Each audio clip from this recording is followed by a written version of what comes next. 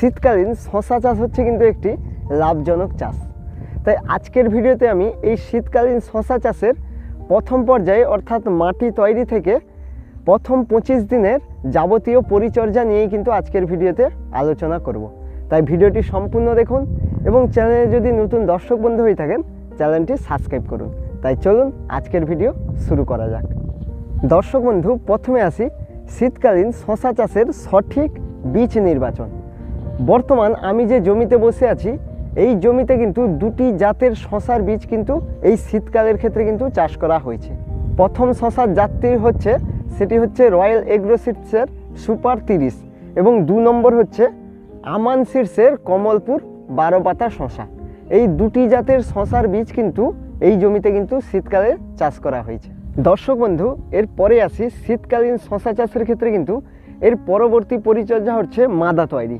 আমাদের কিন্তু এই মাদা তৈরিতে কিন্তু চাষ করা হয় এবং এই বীজ বপন করার আগে কিন্তু আমাদের এই মাদা কিন্তু খুব সুন্দরভাবে কিন্তু তৈরি করে নিতে হয় এবং প্রত্যেক মাদা প্রতি আমরা 2 থেকে 2.5 কেজি জৈব সার এবং সিঙ্গেল সুপার ফসফেট এটা আমরা মাদা প্রতি 100 গ্রাম এবং 10-26-26 এটা আমরা মাদা প্রতি 15 থেকে 20 গ্রাম দেওয়ার পর কিন্তু মাটি ভালো করে সার এবং মাটিকে কিন্তু একসঙ্গে মিশ্রণ করি এবং মিশ্রণ করার পর কিন্তু 2 থেকে 3 দিন পর আমরা কিন্তু বীজটাকে বপন করি। এই পদ্ধতিতে কিন্তু আমাদের এখানে শীতকালীন শশা চাষ করা হয়। দর্শক বন্ধু, বীজ বপন করার পর 6 থেকে 7 দিন পর কিন্তু গাছ যখন ছোট অবস্থায় থাকে তখন কিন্তু প্রথম যে সমস্যা লক্ষ্য করা যায় সেটি হচ্ছে গোড়া পচার সমস্যা। এই সমস্যা কিন্তু আপনার শশা গাছে কিন্তু প্রথম পর্যায়ে কিন্তু লক্ষ্য করা যায়। তাই এই সমস্যাকে কিন্তু প্রথমেই কিন্তু আপনাকে সমাধান করতে হবে। তো এই সমস্যাকে সমাধান করার জন্য আপনারা প্রথম পর্যায়ে কিন্তু আপনারা ইউপিএল এর সাপ এটা আপনারা প্রতি লিটার জলে 2 গ্রাম হারে মিশ্রণ করে গাছে স্প্রে করবেন। তাহলে কিন্তু আশা করছি এই গোড়া পচার সমস্যাটা সমাধান হয়ে যাবে। এই সমস্যাটা যদি অতিরিক্ত মাত্রায় দেখতে পাওয়া যায় তাহলে আপনারা মেটালক্সিল প্লাস ম্যাঙ্কোজেব গোত্রের ফাঙ্গিসাইড যেটা আপনারা বাজারে টাটা মাস্টার নামে পেয়ে যাবেন, এটা আপনারা প্রতি লিটার জলে 2 গ্রাম হারে মিশ্রণ করে গাছে স্প্রে করলে কিন্তু এই গোড়া পচার সমস্যাকে কিন্তু সমাধান করতে পারবেন। এছাড়া দর্শক বন্ধু, এই গোড়া পচার পাশাপাশি শশা গাছে এই ছোট অবস্থায় আরেকটা সমস্যা লক্ষ্য করা যায়, সেটি হচ্ছে রেড পামকিং বিটল পোকার সমস্যা। এই পোকা কিন্তু শুধু শশা গাছের ক্ষেত্রে দেখতে পাওয়া যায় না, এটি কিন্তু যে কোনো লতানো সবজির ক্ষেত্রে যখন গাছ ছোট অবস্থায় থাকে তখন কিন্তু এই পোকাটা কিন্তু প্রচুর পরিমাণে কিন্তু আক্রমণ করে। এই পোকাকে যদি আপনি সেই সময় যদি নিয়ন্ত্রণ করতে না পারেন তাহলে কিন্তু আপনার গাছের কিন্তু ছোট অবস্থায় কিন্তু প্রচুর ক্ষতি করে দিতে পারে। তো এই পোকাটার জন্য আপনারা যে কোনো গন্ধ জাতীয় ওষুধ আপনারা গাছে স্প্রে করলে কিন্তু এই পোকাটা নিয়ন্ত্রণ হয়ে যায়। সেজন্য আপনারা প্রফেনোফস প্লাস সাইফারমেথ্রিন গ্রুপের কীটনাশক যেটা আপনারা বাজারে নাগার্জুনার পারফেক্ট সুপার নামে পেয়ে যাবেন, এটা আপনারা প্রতি লিটার জলে ছোট গাছের জন্য আপনারা প্রতি লিটার জলে 1 ml হারে মিশ্রণ করে গাছে স্প্রে করুন। তাহলে কিন্তু এই রেড পামকিং বিটল পোকার সমস্যার সমাধান হয়ে যাবে। এছাড়া দর্শক বন্ধু, এর পরবর্তী যে পরিচর্যার কথা বলবো সেটি হচ্ছে শশা গাছের বয়স যখন 15 থেকে 20 দিনের হয় তখন কিন্তু শশা গাছে কিন্তু সাদামাছি, সবুজ মাছি অথবা থিপস এইসবের আক্রমণ কিন্তু লক্ষ্য করা যায়। এই সব পোকা কিন্তু দেখবেন আপনার এই শশা গাছে কিন্তু ডগায় বসে কিন্তু ডগার রস শোষণ করে খাবে এবং ডগাকে কিন্তু কুঁকড়ে দিবে। এতে কি হবে, শশার ফলন অনেকটাই কিন্তু কমে যাবে এবং গাছের বৃদ্ধি কিন্তু বাড়বাড়ন্ত বৃদ্ধি কিন্তু হবে না।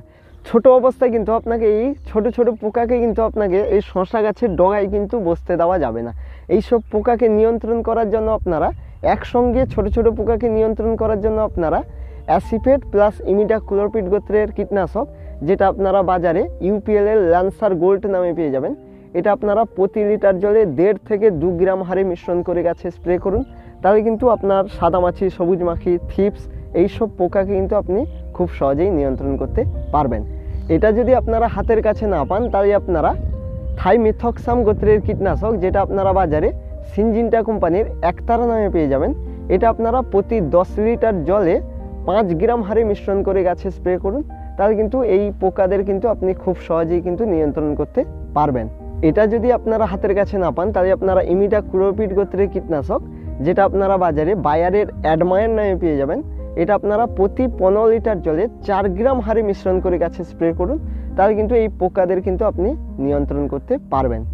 এছাড়া এটিও যদি আপনারা হাতের কাছে না পান তাহলে আপনারা ইউপিএল এর উলালা, এটি আপনারা প্রতি 15 লিটার জলে 5 গ্রাম হারে মিশ্রণ করে গাছে স্প্রে করুন, তাহলে কিন্তু এই পোকাদের কিন্তু খুব সহজেই নিয়ন্ত্রণ করতে পারবেন।